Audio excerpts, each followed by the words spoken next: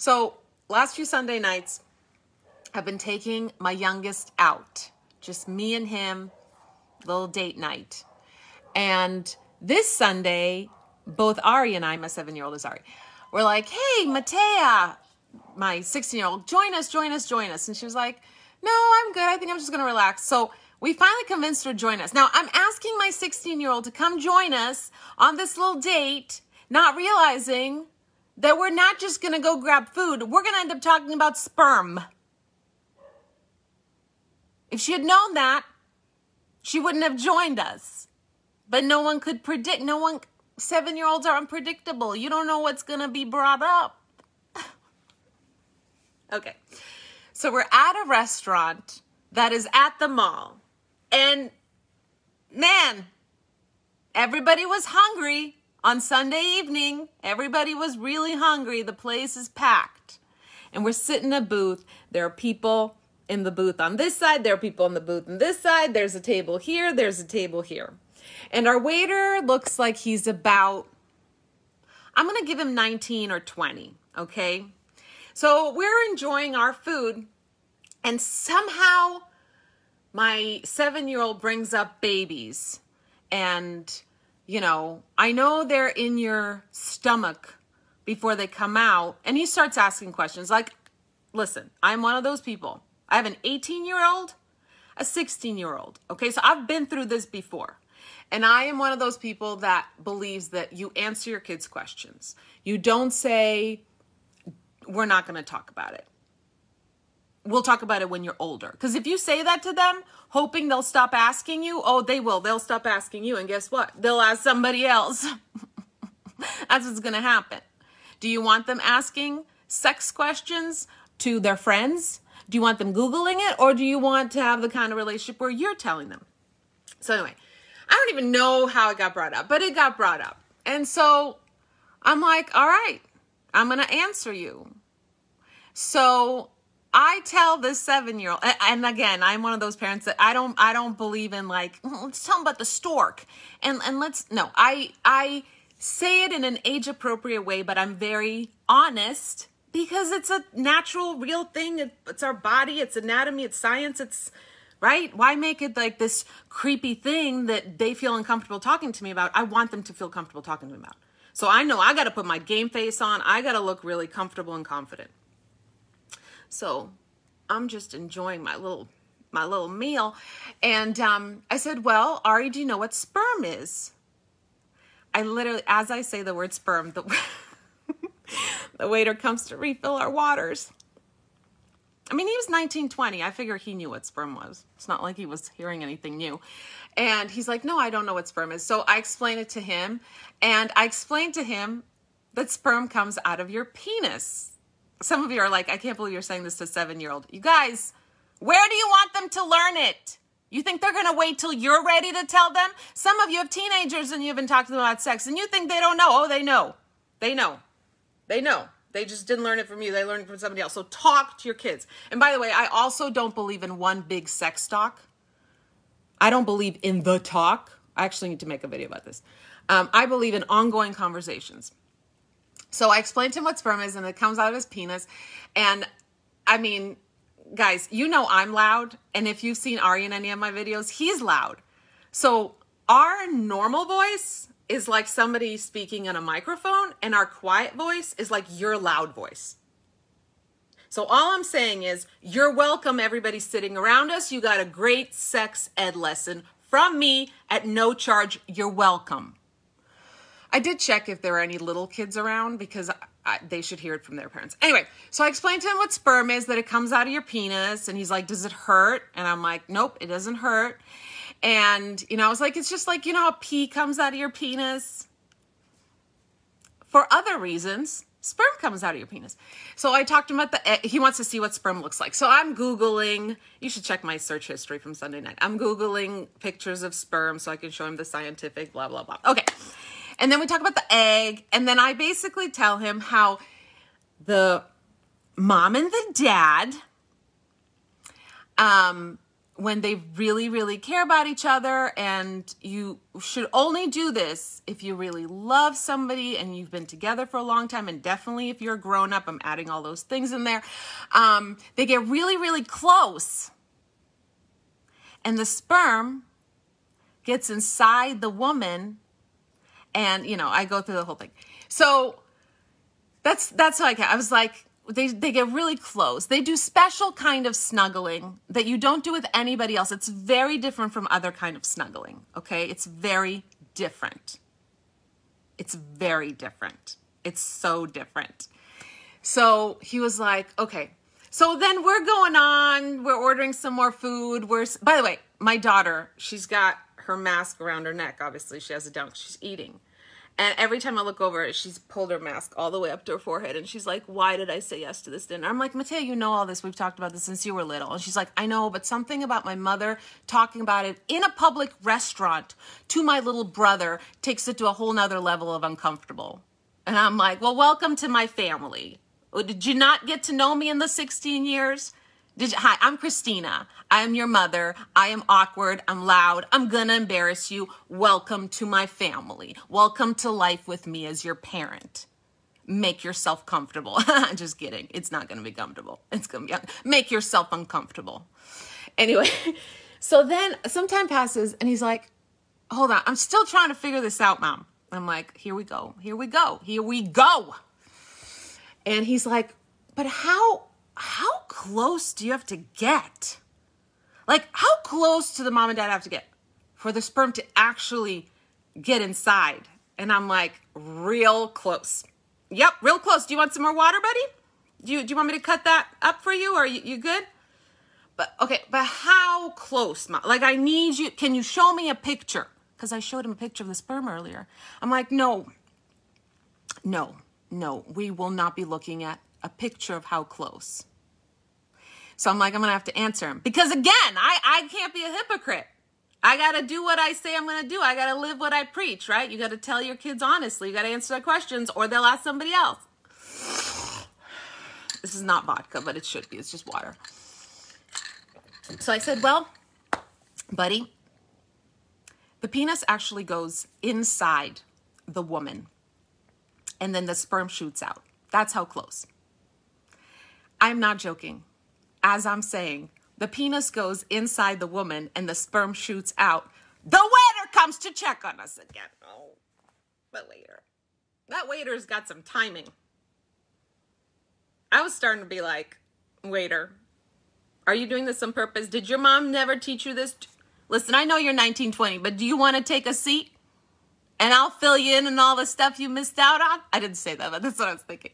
So, okay, now I have been a server. If you've ever been a server, when you approach a table, you can't just be like, hi, oh, nope, let me remove myself.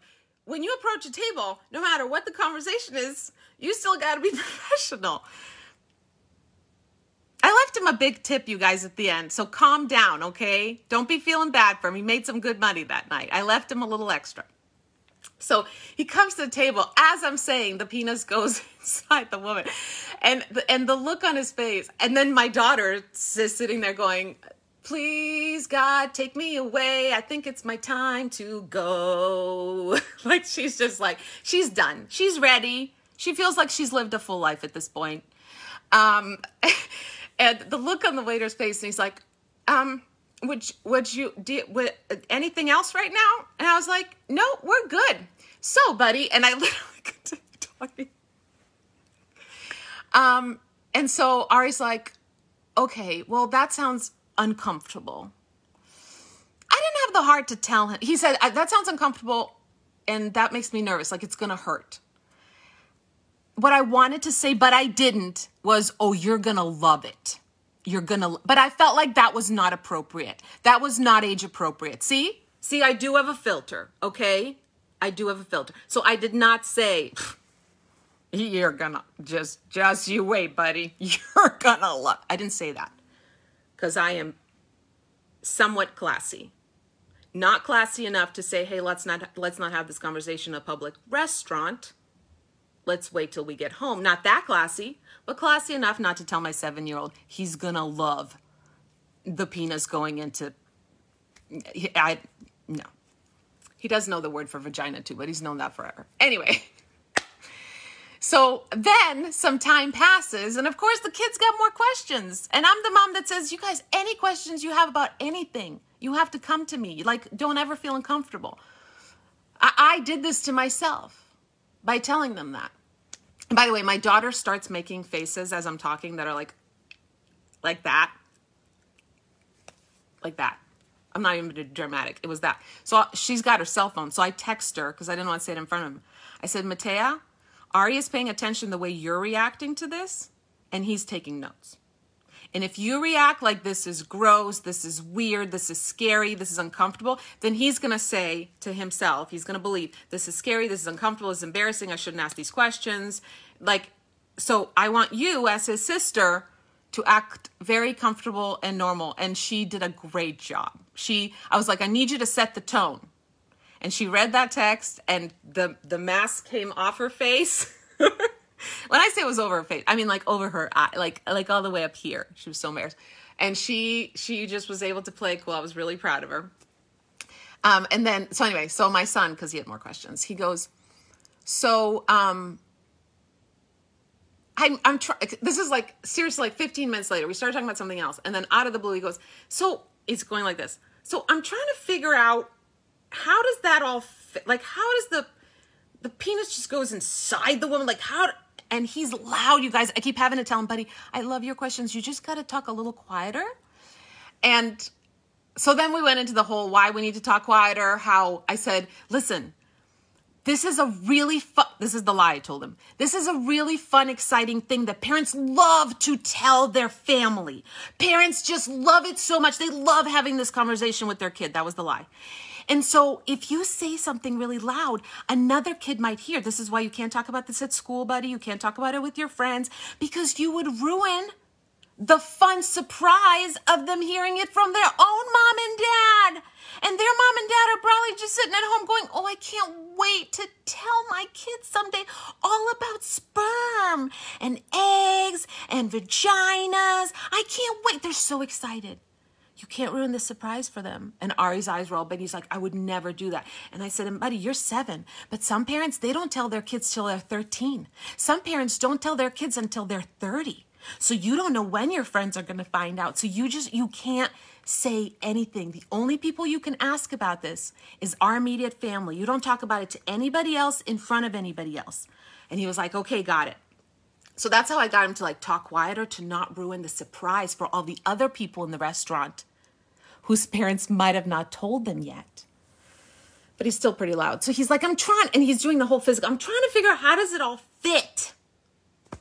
And so finally I was like, buddy, it's like a puzzle piece. It's just, you know how in the puzzle you have like one thing that sticks out more, and then you have another puzzle piece that's got like more of like a hole, like an indent, and then they just right? And he was like, oh, that's how I was imagining it. I was imagining like a puzzle piece. I was like, well, you're a genius. You are a genius. And then we had another 20-minute talk where I basically tried to be as creative as I could, explaining to him why he cannot go to school the next day and say, you know, when the teacher says, what did you do this weekend? He can't raise his hand and go, I learned about sperm and a penis going into vagina. It's like a puzzle piece, and it's not uncomfortable at all. It doesn't hurt. I couldn't risk that. I couldn't risk that. Guys, I'm exhausted just telling you this story.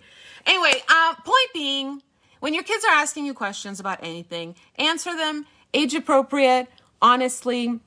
Age appropriate, by the way, varies from kid to kid. My 7-year-old, more mature than some of my other children, not going to name names, at that age. So you got to really know your kid. You got to know what they can handle, and you got to just be honest with them. That's my approach. It's worked for me so far. Again, my oldest is 18. I am thankful that I am the one that introduced him to all this. And trust me, over the years, he has surprised me with some questions. I remember my oldest, I don't know how old he was. He was definitely older than Ari. And he came back from school and he said, so Mom, what are blowjobs? He goes, I know it's something sexual, but what is it? He was still, I think, in elementary. He was in elementary school. And your instinct as a parent is to run away. Literally pack your bags and just run away and say, I think you don't need a mother anymore. I'm going to run away, far away to a deserted island, and I never want to see anybody again because I can't talk about this. Or your other instinct is to say, you know what? Let's talk about it later. Or, which again, they're not, that you think your kid's just going to sit patiently and go, okay, I'll just wait for my mom to be ready. No, they're going to freaking Google it, or they're going to ask a friend or whatever. Or your instinct to say, ask anybody else, anybody. I don't care. Let's talk to the mailman. Can you actually, the mailman is right there. Go outside and just ask him what a blowjob is. Please just don't ask me. Like, you might be tempted to do any of them. You might be tempted to just open a bottle of something. And you might be tempted. But I believe personally, and I don't want to tell you how to parent, but I believe personally that the right thing to do is to just answer their question. So I did. I answered Luca's question, what a blowjob was. Was it a comfortable conversation? Was I like, oh, I can't wait to talk to my kid about this right now as I'm like trying to make dinner and was not expecting this in my day? No, I was not comfortable. No, I was not comfortable. No, it was not the best day of my life. No, it was not my favorite moment. But I did it. I did it. I was sweating. Right after that, I locked myself in my closet and I ate a bunch of carbs and I called my friends and was like, guess what just happened? Okay, that's that. I just want to share that. I feel better. I feel like this was a good therapy session for me. Thank you for letting me get that out. By the way, this was on Sunday night and it is Tuesday, and he has yet to tell anybody, any of his friends. I have not gotten a phone call from a teacher, a principal, a fellow parent. We're good right now. He has not shared this information with anyone yet. Okay, so changing topics. I broke down yesterday for a really good reason. This, again, nothing to do with the sperm. That was Sunday. Yesterday was Monday. I broke down, not like, not that kind of crying, but just like sweet little tears. Tears that don't like totally ruin your makeup. Just kind of smudge it a little bit, like give you the smoky eye, those kind of tears. Because I was just, like I had this moment in my kitchen. I was all by myself. My younger two were in school and my oldest one was at work. And I had this moment of, parenting is so good right now. I could cry right now just saying that. I just had this moment of, I'm in a really good phase of parenting. And I'm not sharing that with you guys to be obnoxious, because if you are struggling, I think, because I've struggled in parenting a lot. Last few years have been hell. Okay, hell. And I've shared a little bit and I'll share more in the future. But last few years have been really, really hard. I literally didn't know if we'd all make it. I'm not kidding. I'm not being dramatic. I didn't know if we'd all make it. It was very, very, very, very scary and painful and complicated. It was the last 3 years since 2018, started sort of in 2017, but 2018, 2019, and part of 2020 were hell as a parent. And so I don't say this like, I'm going through a really great phase parenting to be obnoxious, because I know that when you are struggling, it is really obnoxious to go on social media and hear somebody else say how their parenting journey is just lovely. It's great. It's so awesome, right? Be honest. It's annoying. It's annoying. It's sometimes when you're struggling really bad, it's hard to be happy for other people who just act like motherhood is just perfect. And by the way, I'm going through a good phase. It's not a perfect phase. It's not a perfect phase, but I'm going through a good phase.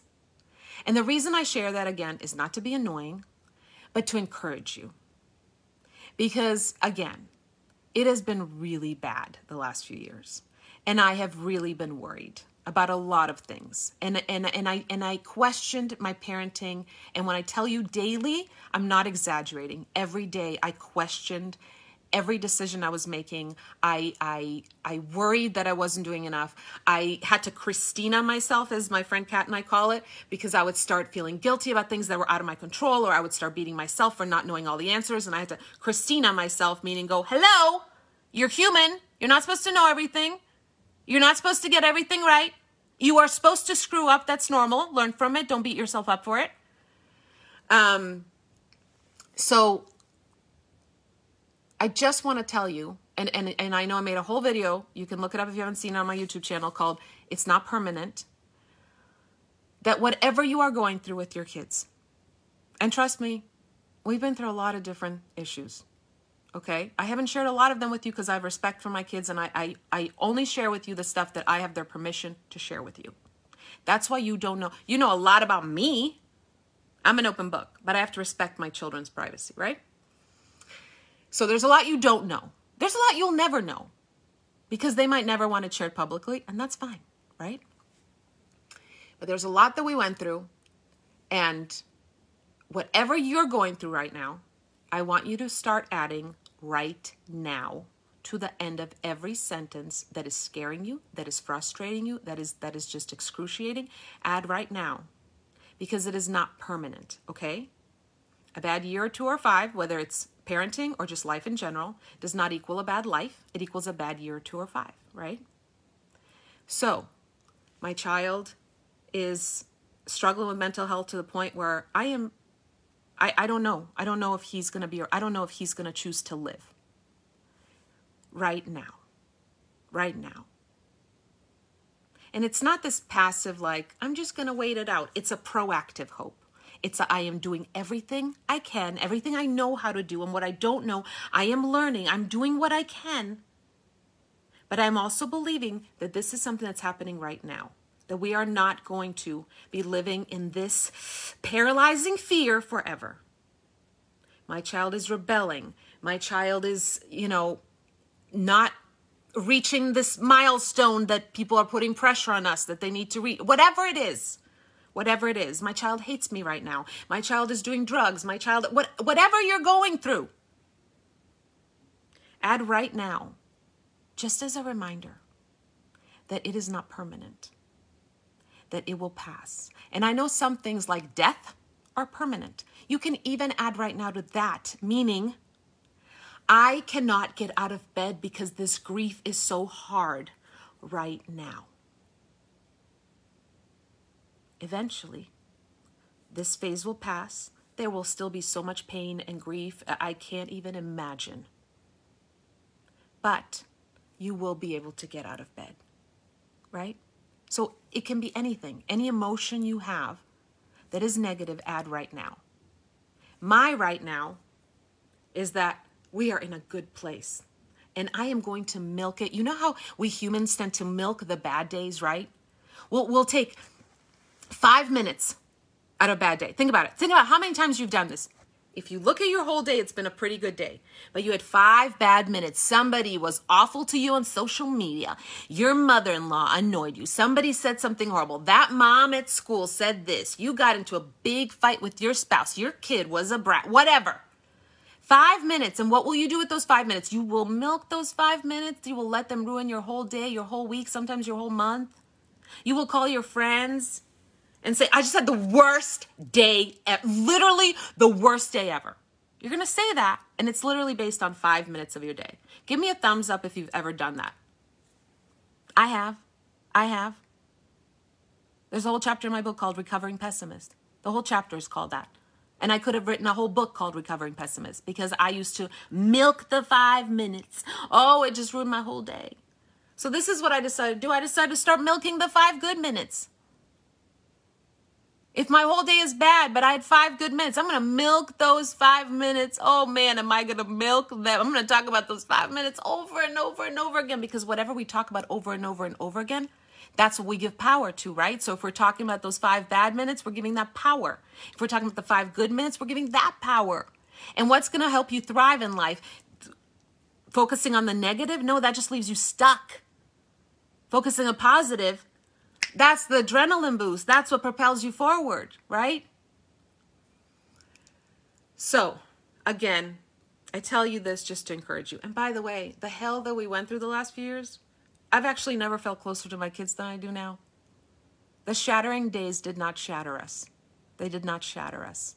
If anything, they brought us closer. So, sending you some love and hope and encouragement.